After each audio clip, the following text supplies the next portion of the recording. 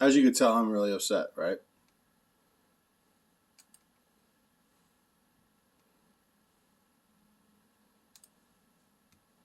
Hmm. Wow, it doesn't want to play again.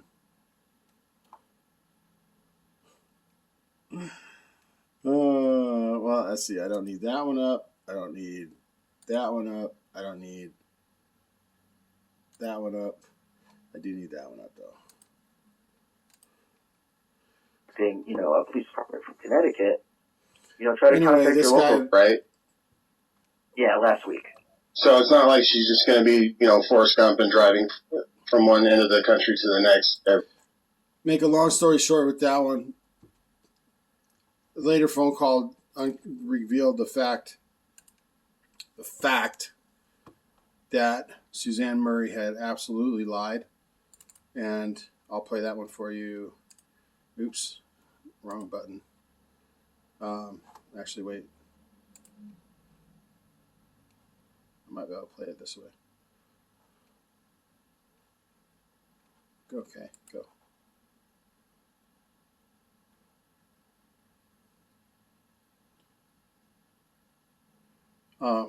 This phone call here proved that Suzanne Murray had actually lied to the police. Hello? James Officer, Director of the Vernon Police. Hi. So I was able to speak with her. Oh, she called you? Yeah. Yeah, I guess her mom did have a number, huh? Huh? I guess her mom did have her number, didn't she? Here's the way. And she said everything's all right, and she said that she spoke to you Friday and told you that she's waiting on a new phone. She never said, no, She'll call you. that is an absolute lie. Well, she said she's getting a new phone, and when she receives that, which should be in the next day or two, she was going to contact you. So she will be contacting you within the next couple of days with her new phone. So, again, we have another situation where I asked to see if my kids were okay, and you have not seen them, so really you're just going off her word. Mm-hmm. Off her mother's word, yes.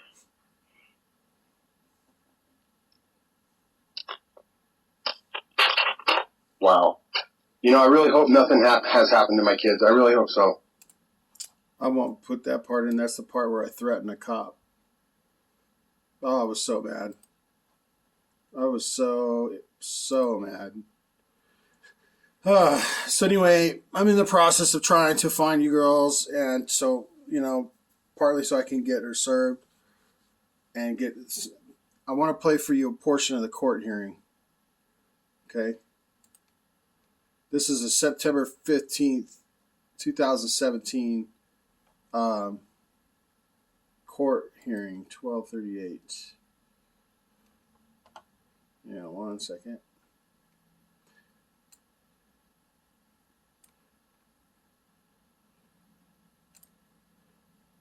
Over is Nessa, and then she would be placed in social services custody and transferred. But you can ask to register it saying, okay,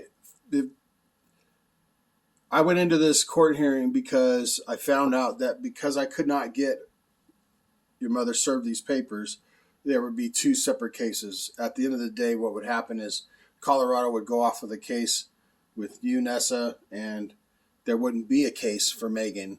And what that would have ended up doing is if I would have had enforced the rule, it would have ended up splitting you guys up, and Nessa would have came to Colorado. Megan would have stayed there. I didn't want to do that. I didn't want this to be traumatic for you. And that's why I went in here to this court hearing and told them that I was going to drop the whole thing and move to Connecticut. I'll enter an order saying that you've chosen not to proceed with your parenting time disputes. I can't give you legal advice. I actually want to go back a little bit. They don't know where I'm at.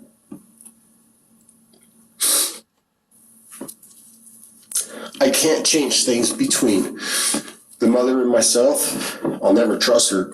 That's for sure. As far as, relationship stuff goes, that's not an issue. But My kids want me. They've said it in the chat. They don't know where I'm at. They want to know when I'm. That killed it again. I don't know why it keeps doing that. Hang on 1 second.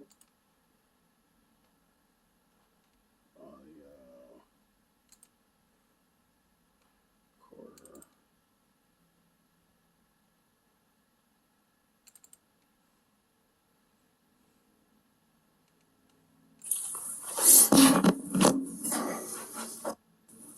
And the last thing I want to do,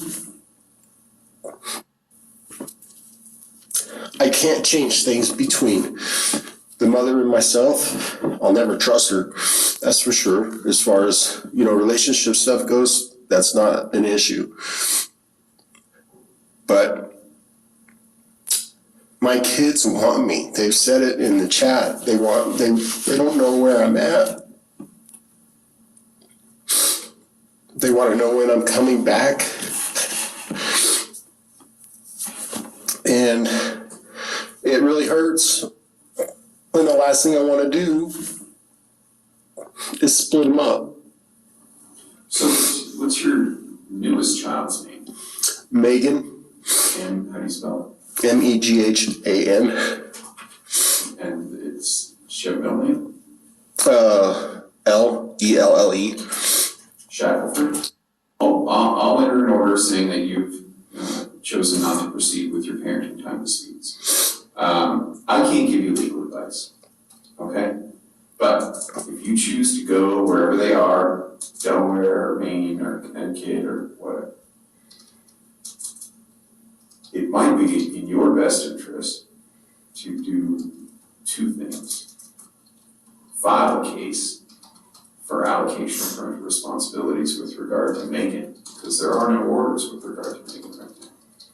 And then ask to have this case with regard to Nessa registered in that state. I've opened the case with Megan. The reason being, there is nobody in Colorado anymore. But Megan is an outlier because there's no orders with regard to her. So if you were to sit here and tell me, I want Nessa brought back to the state of Colorado, mom has basically engaged in parental kidnapping, that is something that I would consider.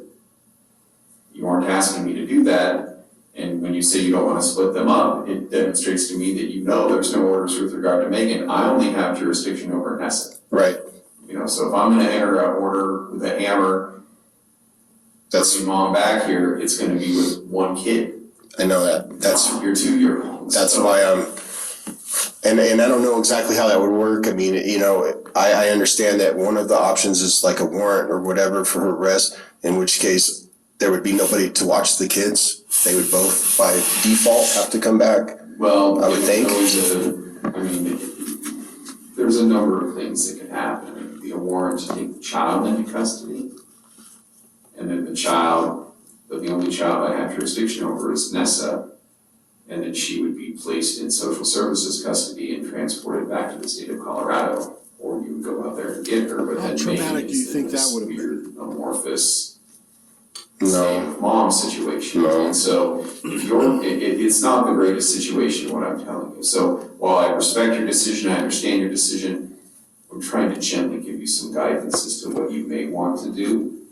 When there are no orders and there is no trust, co-parenting becomes a rocky road. Well, I I've filed. seen situations where parties were going on a 50-50 parenting time on a handshake agreement, and then the next day, one parent is like, I live in...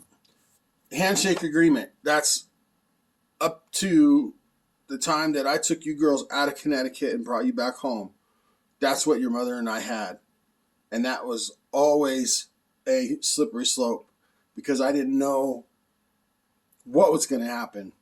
I didn't know if she was going to run with you kids again, and then I'd have to go through all of this all over again. So when everybody says, well, why did you bring him back to Colorado? Why did you do